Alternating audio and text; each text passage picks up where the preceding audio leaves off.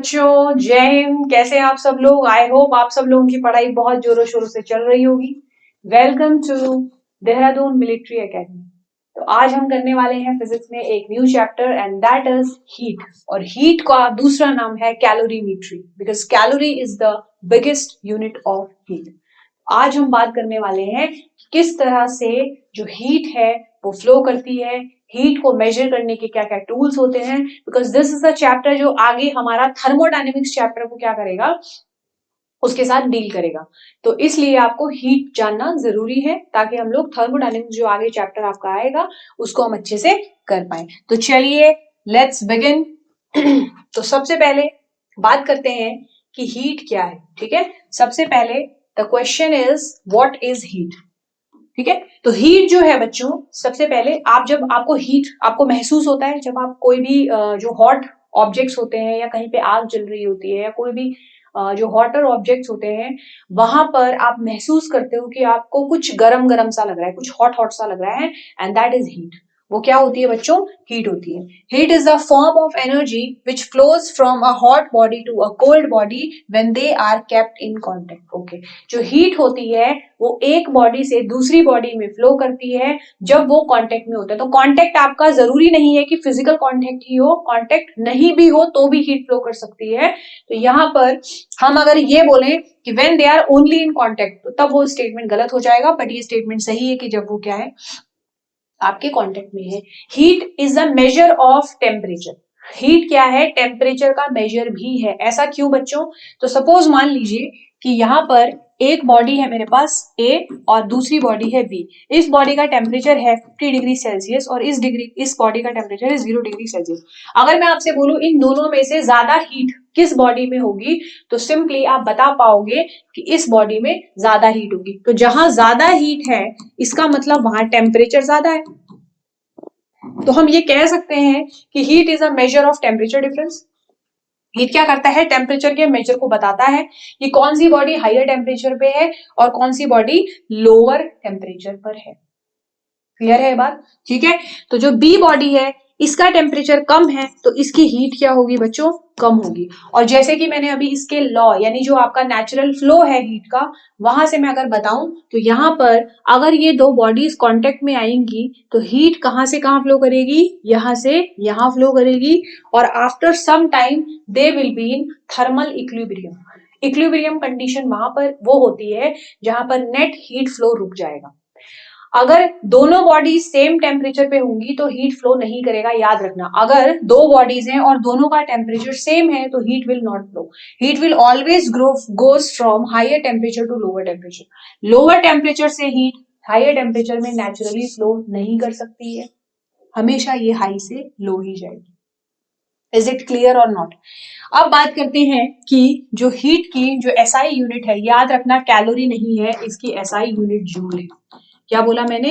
SI unit है joule.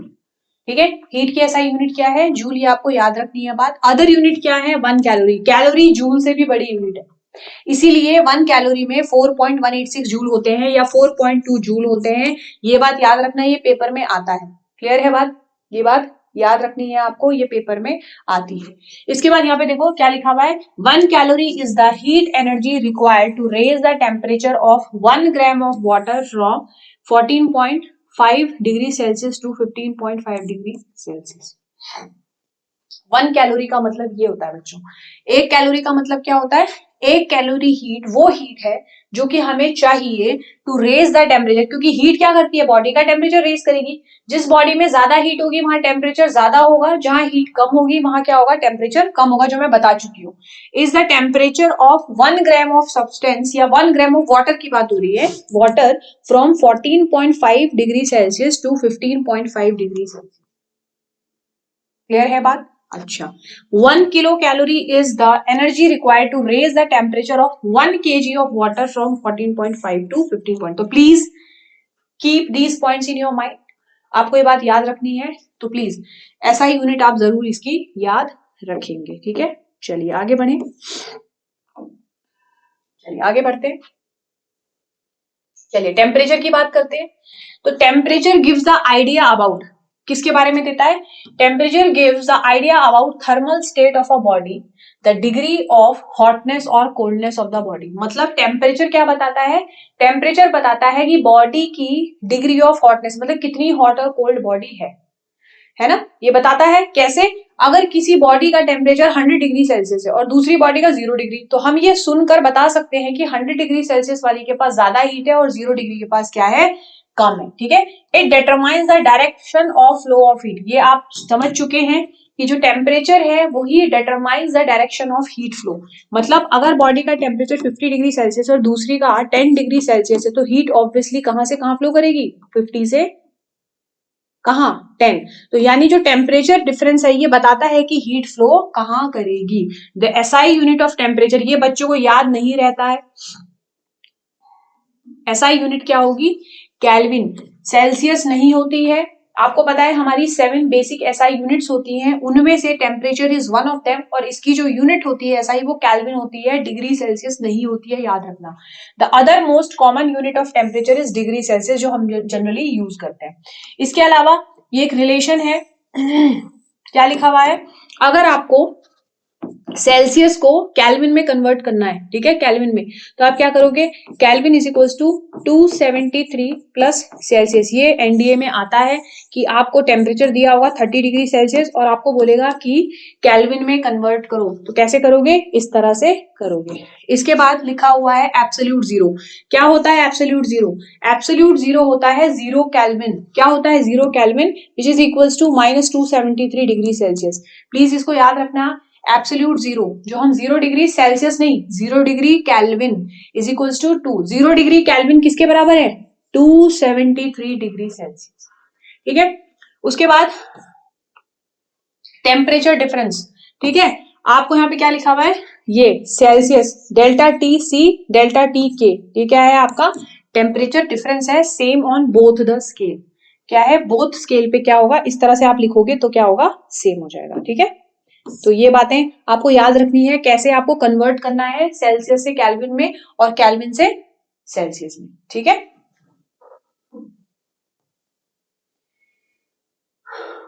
अब यहाँ पे देखें, the quantity of heat energy absorbed to increase the temperature of a body depends on 3 factors. ठीक है, क्या बोल रहा है ये? The quantity of heat energy absorb, मतलब कोई भी बॉडी जो हीट एनर्जी एब्सॉर्ब करती है टू इंक्रीज द टेम्परेचर, मतलब कि मान लीजिए ये आपने क्या है? ये गैस है और गैस के ऊपर आपने क्या रखा हुआ है? आपने एक, मान लीजिए प्रेशर कुकर रखा हुआ है ना? गैस के ऊपर आपने क्या रखा हुआ है? प्रेशर कुकर रखा हुआ है। अब ये प्रेशर कुकर में आपका कुछ चावल या कुछ भी होंगे जिन्हें आपको क्या करना है? पकाना है। उसके लिए आपको क्या चाहिए? हीट चाहिए। जैसे ही आपने गैस ऑन की, यहाँ से हीट एनर्जी जाना शुरू हुई। जैसे हीट एनर्जी जाएगी तो इसका टेम्परेचर राइज करेगा। तो ये क्या बोल रहा है? The quantity of heat energy absorb, मतलब ये जो प्रेशर कुकर है ये हीट एनर्जी गैस से क्या कर रहा है? एब्सॉर्ब कर रहा है ना? टू इंक्रीज द टेम्परेचर, अपना टेम्परेचर बढ़ाने के लिए, है ना? तो वो किस चीज पे डिपेंड करता है? कुछ फैक्टर्स पे, जैसे the mass of the body. Body का जितना ज्यादा मास होगा उतना ज्यादा हीट एब्सॉर्ब करेगा वो, है ना? The increase in temperature of the body, the increase in temperature of the body, body में कितना टेम्परेचर इंक्रीज हो रहा है, जितना जल्दी जल्दी टेम्परेचर इंक्रीज करेगा उतना जल्दी जल्दी हीट लेगा। The material of the body, भाई कैसा मटेरियल है ना? अगर आपका कंडक्टर है, मेटल है, तो जल्दी जल्दी करेगा, नॉन मेटल है तो उसको टाइम लग जाएगा। ठीक, तो यहाँ पे लिखा हुआ है the material of the body expresses in terms of specific heat. ये बात करेंगे अभी स्पेसिफिक हीट कैपेसिटी क्या होती है। देखो यहाँ पे लिखा हुआ है, तो यहाँ पे फाइनली हमारे पास फॉर्मूला आ जाता है Q is equals to M into C into delta T. तो यही वो बात है कि अगर किसी बॉडी को आप हीट दे रहे हो तो वो बॉडी कितनी हीट को कंज्यूम करेगा, वो डिपेंड करेगा कि उस बॉडी का मास कितना है, ठीक है, उसका टेम्परेचर कितना है, और तीसरा ये जो सी लिखा हुआ है इसे बोलते हैं स्पेसिफिक हीट कैपेसिटी। क्या बोला? Specific heat capacity. तो इस चीज को नोट कर लीजिए and this is formula for heat also. अगर आपको कभी भी ये निकालने के लिए आता है कि फाइंड द हीट एब्जॉर्ब्ड और heat released by the body, तो उसके लिए आप ये फॉर्मूला यूज कर सकते हो which is m into C into delta T, mass into specific heat capacity into change in temperature. क्या मेरी बात क्लियर हो रही है? क्या ये बात क्लियर हो रही है? तो प्लीज इसको नोट कर लीजिए, ठीक है।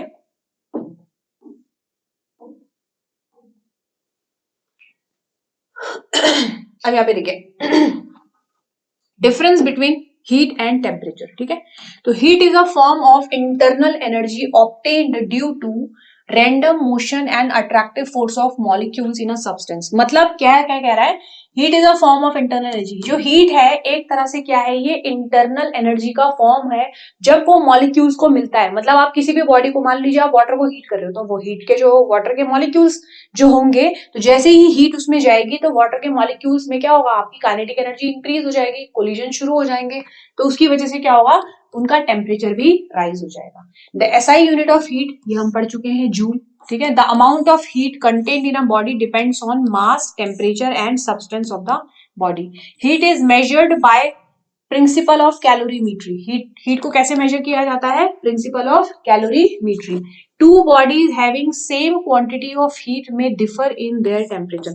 दो बॉडीज जिनको आपने सेम हीट दी है वो टेम्परेचर में डिफर कर सकते हैं, क्योंकि मान लीजिए एक छोटा बर्तन है, एक बड़ा बर्तन है, या मैं ये बोलूं एक छोटे से बर्तन में पानी रखा है, एक बड़े से बर्तन में पानी रखा है, दोनों को आपने सेम हीट दी, लेकिन जो छोटा बर्तन है वो जल्दी टेम्परेचर राइज करवा देगा और जो बड़ा है वो कम कराएगा। तो वो यही कह रहा है, when two bodies are placed in contact the total amount of heat is equal to the sum of heat of individual body. सही बात है भाई, जब दो बॉडीज कांटेक्ट में रखी जाती हैं तो उनका जो टोटल हीट है वो उनकी इंडिविजुअल हीट के बराबर आएगा। Why? Because it is form of energy and energy is total constant.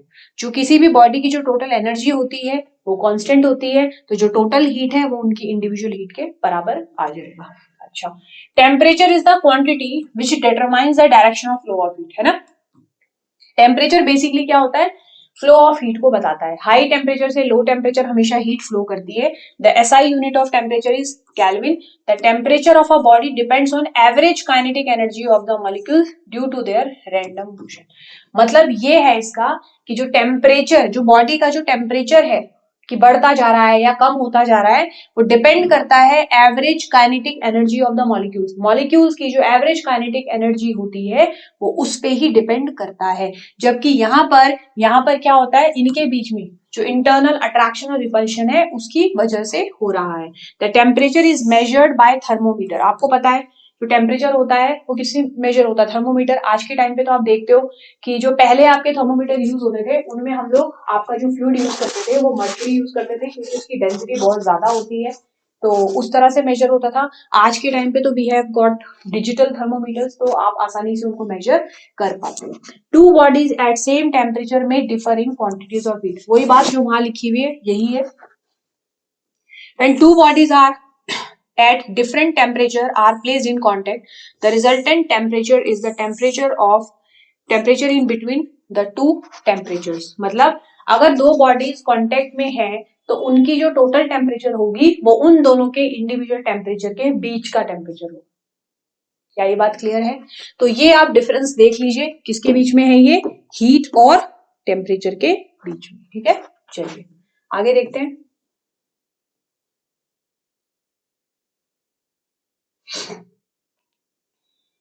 चलिए अब बात करते हैं स्पेसिफिक हीट कैपेसिटी के बारे में, ठीक है। तो यहाँ पे लिखा हुआ है, ये पूछा जाता है पेपर में बहुत ज्यादा, ठीक है। Specific heat capacity is the amount of heat energy required to raise the temperature of a unit mass of substance by 1 degree Celsius और 1 केल्विन। इसको समझो ध्यान से। मान लीजिए कि यहाँ पर अगेन मैंने ये गैस रखी हुई है, गैस जला दी है, और यहाँ पर क्या है, हमारा एक प्रेशर कुकर है, ठीक है, प्रेशर कुकर है। अब यहाँ पर प्रेशर कुकर का जो टेम्परेचर है, मान लेते हैं इस समय 0 डिग्री सेल्सियस है, ठीक है, आपको समझाने के लिए बता रहा हूँ। अब क्योंकि इसके अंदर जो भी सामान रखा हुआ है इसको पकाना है, तो पकाने के लिए क्या होगा, इसका टेम्परेचर राइज करना चाहिए। है ना। और आपको पता है अगर इसके अंदर हमने पानी रखा हुआ है या चावल रखा हुआ है तो भाई वो बॉइलिंग पॉइंट क्या 100 डिग्री सेल्सियस, 100 डिग्री सेल्सियस आने के बाद ही यहाँ पर क्या होगा, आपका सीटी लगेगी, है ना। अब 0 डिग्री सेल्सियस पे टेम्परेचर, 0 से मुझे कहाँ ले जाना है 100 डिग्री सेल्सियस पे। भाई तो एक एक करके, तो ऐसा तो नहीं है कि टेम्परेचर 0 से अचानक 100 हो जाएगा, ऐसा तो नहीं होता है ना। 0 से अचानक 100 नहीं हो सकता है। ये जो टेम्परेचर है वो 0 से पहले 1 होगा, फिर 1 से 2 होगा, फिर 2 से 3 होगा, ऐसे करते करते ये 100 पे पहुंचेगा। तो अब इसको समझो, स्पेसिफिक हीट कैपेसिटी क्या है, amount of heat, amount of heat, amount of heat किसको चाहिए, इस प्रेशर कुकर को चाहिए, है ना। प्रेशर कुकर को हीट देनी है, इतनी हीट देनी है, अमाउंट ऑफ हीट रिक्वायर्ड जो चाहिए टू रेज द टेम्परेचर, पहले 0 से कितना हो जाए 1, मतलब 1 डिग्री सेल्सियस बढ़ाने के लिए। तो हर 1 डिग्री सेल्सियस बढ़ाने के लिए यहाँ पे जो टेम्परेचर है वो कितना चाहिए होगा, वो कितना चाहिए होगा यहाँ पे 1 डिग्री सेल्सियस बढ़ाने के लिए जितनी हीट, यानी 1 डिग्री सेल्सियस बढ़ाने के लिए जितनी हीट मुझे प्रेशर कुकर को देनी है उसी को बोलते हैं स्पेसिफिक हीट कैपेसिटी। अब आपके पेपर में ना वाटर का जनरली पूछा जाता है कि वाटर की स्पेसिफिक हीट कैपेसिटी, तो प्लीज इसको नोट डाउन कर लीजिएगा आप, ठीक है। अभी मुझे एग्जैक्टली याद नहीं आ रहा बट अराउंड मेरे ख्याल से शायद 4200, ठीक है, 4200, ये क्या है, वाटर की स्पेसिफिक हीट कैपेसिटी है। अगर हम इसकी यूनिट की बात करें, ठीक है, यूनिट की बात करें तो आपको याद है आपने लिखा था Q is equal to M into C into delta T, ये लिखा था आप लोगों ने, Q is equal to M into C into delta T. तो Q की क्या होती है, जूल होती है, अगर मुझे C की यूनिट निकालनी है ना, डिवाइडेड बाय मास की क्या होती है, मास की यहाँ पे क्या लिखा हुआ है इसमें, यूनिट मास, तो केजी ले लेते हैं और डेल्टा को ले लेते हैं केल्विन। तो देखो क्या आ गया, जूल पर केजी केल्विन। तो इस तरह से हम इसकी यूनिट निकाल सकते हैं, तो ये हो जाएगा जूल पर केजी केल्विन, ठीक है। तो इतनी हीट चाहिए, इतनी हीट चाहिए मुझे इसका 1 डिग्री सेल्सियस बढ़ाने के लिए, जो हीट चाहिए उसी को बोलते हैं स्पेसिफिक हीट कैपेसिटी। प्लीज ध्यान रखना इस चीज को, और इसकी यूनिट को भी आपको ध्यान रखना है, ठीक है। तो यानी कि अगर आपसे ये पूछा जाए कि वो कौन सी वाली हीट होती है या कौन सी हीट कैपेसिटी है जो बॉडी का टेम्परेचर बढ़ाती है, बॉडी का टेम्परेचर बढ़ाने के लिए कौन सी वाली हीट यूज होती है, specific heat capacity which is denoted by C. क्या ये बात समझ में आ रही है आप लोगों को, जो स्पेसिफिक हीट कैपेसिटी है वो बॉडी का टेम्परेचर बढ़ाएगी, ठीक है। कितना बढ़ाएगी, हर बार 1-1 डिग्री सेल्सियस बढ़ाती रहेगी, उसके लिए हर बॉडी की। अच्छा, अगर मैं आपसे यहाँ पे सवाल पूछ लूं, चलो उसको रब कर लेते हैं, कि एक बॉडी है उसकी स्पेसिफिक हीट कैपेसिटी 800 है, ए बॉडी की, और बी बॉडी की है 1500, ठीक है। तो मुझे बताइए इन दोनों में से गुड कंडक्टर कौन है, ये भी पूछा जा सकता है ना। इसकी स्पेसिफिक हीट कैपेसिटी इतनी है, इसकी इतनी है, या ये बोल सकते हैं कि इन दोनों में से जल्दी टेम्परेचर राइज किसका होगा, इसका होगा या इसका होगा, जल्दी बताइए। अब सुनो, ये वो हीट थी जिससे 1 डिग्री सेल्सियस टेम्परेचर बढ़ेगा, तो भाई यहाँ पे कम हीट देने पे 1 डिग्री सेल्सियस बढ़ रहा है, और यहाँ पे आपको 1500 देनी पड़ेगी, 1500 जूल हीट देनी पड़ेगी, तब जाके 1 डिग्री सेल्सियस बढ़ेगा। इसका मतलब ये जल्दी हीट होगा, ठीक है ना, ये क्या होगा, जल्दी हीट होगा, इसका मतलब ये गुड कंडक्टर है। इस तरह से भी सवाल पूछे जाते हैं।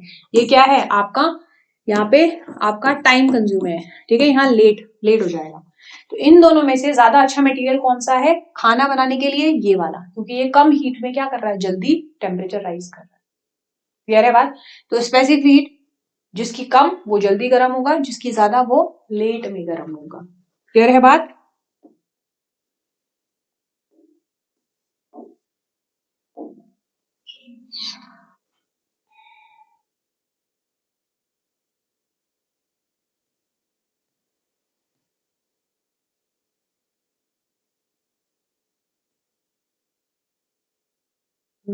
एक सेकेंड, कहाँ गई हमारी slides, just wait. Okay okay, ठीक ठीक है। तो यहाँ पे आप देख सकते हैं, you can touch the aluminium pan of the frozen. तो यहाँ पे आप देख सकते हो यहाँ पे ये कुछ एग्जांपल्स यहाँ पे दिए हुए हैं. You can touch the aluminium pan of the frozen dinner soon after it has been taken from the hot oven but you will burn your fingers if you will touch the food it contains. Simple सी बात है. यहाँ पे एक नई चीज है and that is कि आपको बोल रहा है कि एक फ्रोजन एल्यूमिनियम पैन जो है उसको जब आप ओवन से निकाल रहे हो तो जो खाना है वो तो गर्म है लेकिन ओवन पैन क्या है वो अभी भी ठंडा है ना. तो different substance have different capacities for storing internal energy और heat. The pot of water on a stove might requires 15 minutes to be heated from the room temperature to its boiling point. तो ये सारी चीजें वही बता रखी हैं आपको कि किस तरह से हम लोग स्पेसिफिक हीट के बारे में स्टडी करके चीजों को समझ सकते हैं. The material requires a specific amount of heat to raise the temperature of a given specific number of degree. The specific heat capacity of a material is that quantity. ये हम ऑलरेडी जान चुके हैं. ठीक है, चलिए आगे देखते हैं. ठीक है, ये मैं आपको बता चुकी हूँ. ये हम कर चुके हैं. ओके इस इक्वेशन के बारे में देख लेते हैं. ये मैं आपको ऑलरेडी बता चुकी हूँ. Q is equal to M into C into delta T. और डेल्टा टी क्या है? T final minus T initial. जो डेल्टा टी होता है that is your what is difference in temperature. जो भी आपका 1 डिग्री सेल्सियस टेम्परेचर होगा या 2 डिग्री सेल्सियस टेम्परेचर चेंज होगा, जितना भी होगा वही आपका इस इक्वेशन से हम लोग आसानी से यूज कर सकते हैं. तो आपको स्पेसिफिक हीट के लिए भी यही इक्वेशन यूज करनी है. क्लियर है? चलिए ये भी मैं आपको बता चुकी हूँ.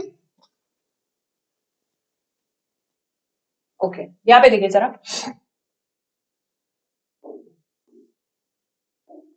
चलिए इसको देखिए.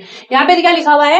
1 kg of water and 1 kg of oil. दोनों को सेम हीट हम दे रहे हैं, है ना. हम ये प्रूव कर रहे हैं कि 1 kg वाटर को हीट जितनी दी जा रही है उतनी ही 1 kg ऑफ ऑयल को दी जा रही है. अब यहाँ पे डिफरेंस देखो क्या लिखा हुआ है.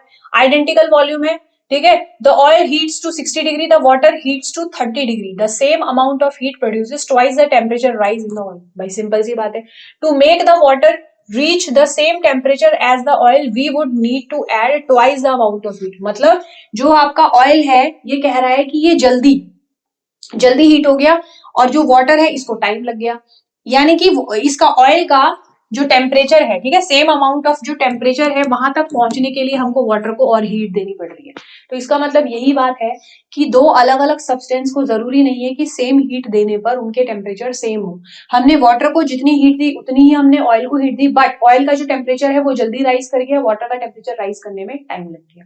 तो यही मैं आपको समझा रही थी उसमें कि ये प्रैक्टिकल एक्सपेरिमेंट्स किए गए हैं कि किस तरह से जो हीट कैपेसिटी है वो किस तरह से बॉडीज के साथ क्या करती है, डिफर करती है. देखो यहाँ पे देखिए जरा. Hotter large rise in temperature, cooler small rise in temperature. ऐसा क्यों?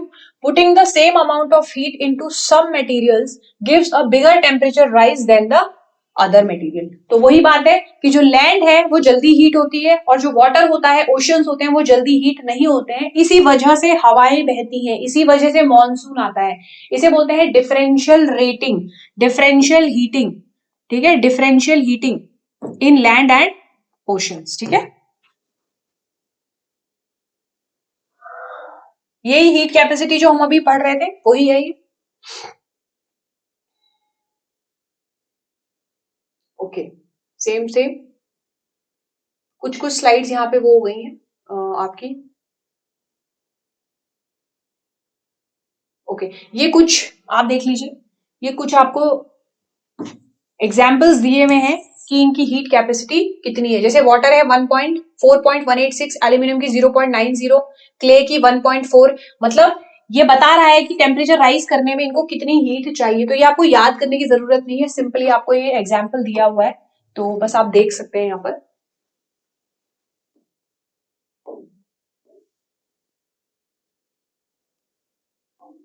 ठीक है, high specific heat capacity and low specific heat capacity. High specific heat capacity का मतलब क्या है? ज्यादा हीट एब्जॉर्ब करनी पड़ेगी उसको. और लो का मतलब कम हीट में ही वो क्या करेगा? टेम्परेचर राइज करेगा. ठीक है,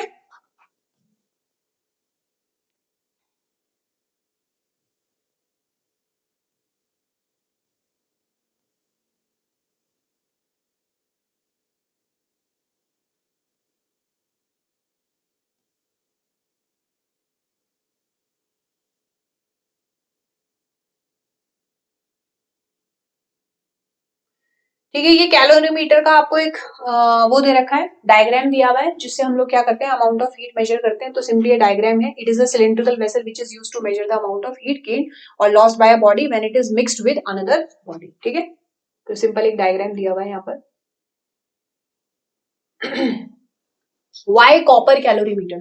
copper is a good conductor of heat, ये सबको पता है। ठीक है, टेम्परेचर राइज में जल्दी होता है। Copper has low specific heat capacity, मतलब कम हीट देने पर ये क्या करता है, जल्दी से जल्दी हीट को क्या करता है, गेन कर लेता है। How the heat losses are prevented with the surrounding? Radiation, conduction and convection. देखिए, रेडिएशन, कंडक्शन और कन्वेक्शन, ये आपको पता होना चाहिए कि ये तीनों जो लिखे हुए हैं यहाँ पर क्या होता है। रेडिएशन क्या होता है? Outer and inner surface of the calorimeter is polished. Conduction, the space between the calorimeter and the wooden jacket is filled with some poor conductor. And convection, calorimeter has high wooden lid. Principle of mixtures, ठीक है, ये simple क्या है, if no heat energy is lost to the surrounding then heat energy lost by the hot body is equals to the heat body gained by the cold body. मतलब क्या बोल रहा है कि हीट क्या है, एक फॉर्म ऑफ एनर्जी है और एनर्जी हमेशा कंजर्व है।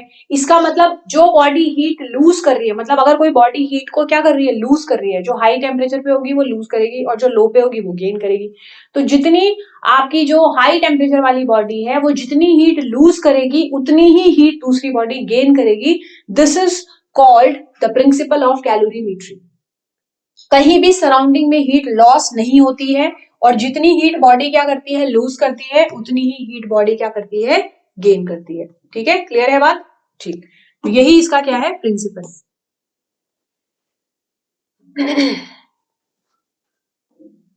ठीक है, यहाँ पर एक दो स्लाइड्स और हैं जो मैं आपको बता देती हूँ इंपॉर्टेंट, बाकी तो सिंपल है ये।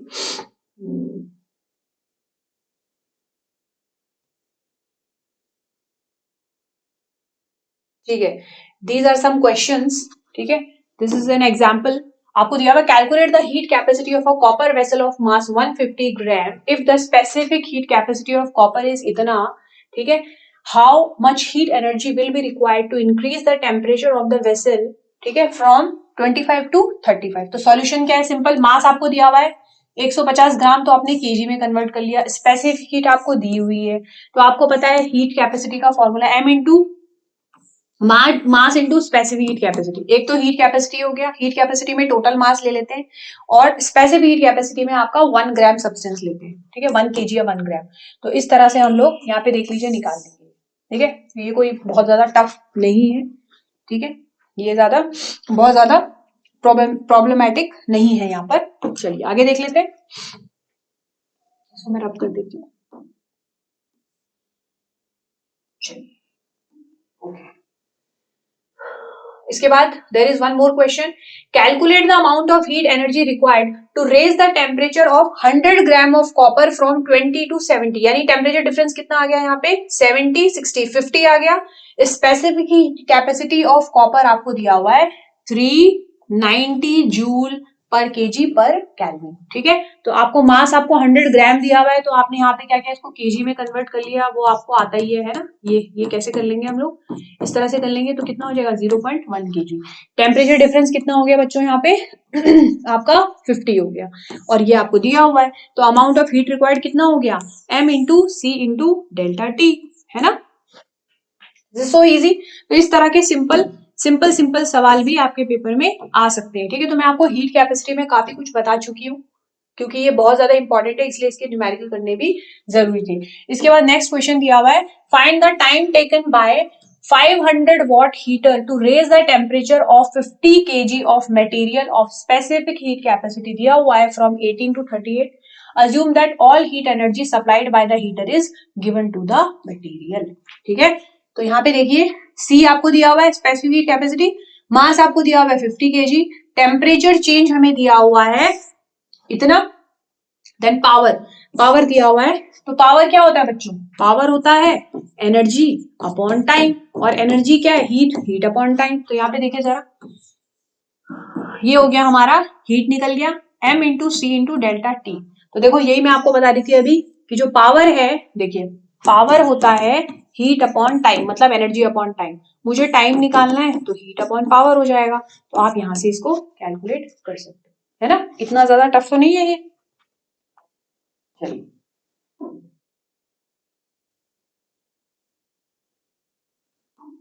ठीक है, ये भी क्वेश्चन ही है, सिंपल, आप कर सकते हो, तो ये मुझे एक्सप्लेन करने की जरूरत नहीं है।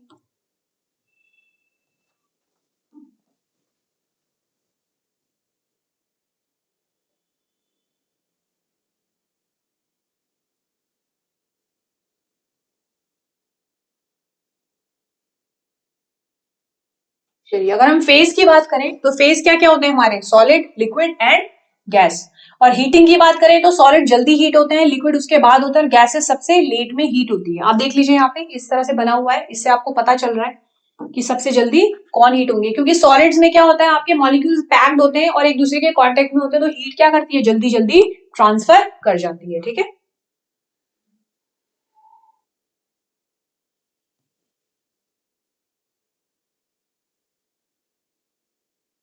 देखो यहाँ पे एक चीज लिखी हुई है, ये स्लाइड इंपॉर्टेंट है, कह रहा है what happens when we heat a substance. जब हम किसी सब्सटेंस को हीट करते हैं तो क्या होता है, energy absorbed can only be used for either one of the purpose to increase the average kinetic energy of the molecule और to overcome the attractive force and to increase the separation between the molecules.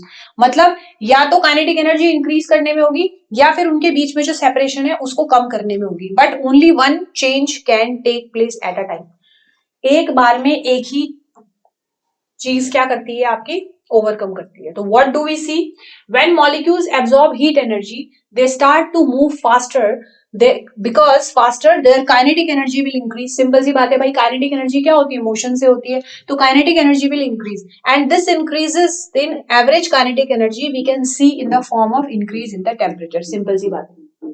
अच्छा, but when they reach a certain temperature, the heat energy that they absorb is now being utilized to break the attractive force between them, and all the substance undergoes a change in state. This is very very important. Overcoming intermolecular forces attraction is change in state. भाई साहब क्या गजब बात है, क्या गजब बात है। देखो समझो मेरी बात को, सबसे पहले जब किसी भी बॉडी को हीट दी जाएगी, जैसे सॉलिड है, सॉलिड के अंदर बहुत सारे मॉलिक्यूल्स हैं, बहुत सारे मॉलिक्यूल्स हैं, जैसे ही हम उसे हीट देंगे सबसे पहला काम ये होगा कि उनकी जो मॉलिक्यूल्स की काइनेटिक एनर्जी इंक्रीज करने लगेगी। जैसे ही काइनेटिक एनर्जी इंक्रीज करेगी तो एक टाइम के बाद अब जो हीट जानी है वो काइनेटिक एनर्जी को इंक्रीज करने में नहीं जाएगी, वो जाएगी उन मॉलिक्यूल्स के बीच में जो बॉन्ड है उनको ब्रेक करना है, तभी तो वो मूव कर पाएंगे फ्रीली। तो उनके बॉन्ड्स को ब्रेक करने के बाद ही वहां पर फेज चेंज होगा। इसका मतलब ये हुआ कि सबसे पहले हीट जाएगी, टेम्परेचर राइज होगा और उसके बाद सॉलिड से लिक्विड बनेगा या फिर लिक्विड से गैस बनेगी या गैस से सॉलिड बनेगा, जो भी बनेगा। यहाँ पे दो चीजें हो रही है, यानी जब भी हम किसी बॉडी को हीट देंगे तो दो चेंजेस होंगे। पहला पहला तो उसका टेम्परेचर राइज होगा और दूसरा उसका फेज चेंज होने लगेगा। तो यही एग्जैक्टली तो होता है, यही तो होता है ना। तो भाई यहाँ पर आपका ये लेक्चर आज खत्म होता है। आई होप आपको ये लेक्चर बहुत अच्छे से समझ में आया होगा, आपने जाना होगा स्पेसिफिक हीट कैसे होती है, कैसे निकाला जाता है, अलग अलग फेजेस में कैसे कैसे चीजें होती हैं, हीट और टेम्परेचर में क्या डिफरेंस होता है। तो चलिए, ये थोड़ा छोटा लेक्चर था बट इंपॉर्टेंट लेक्चर था एनडीए के लिए, इसलिए हमने ये लेक्चर कंप्लीट कर लिया है।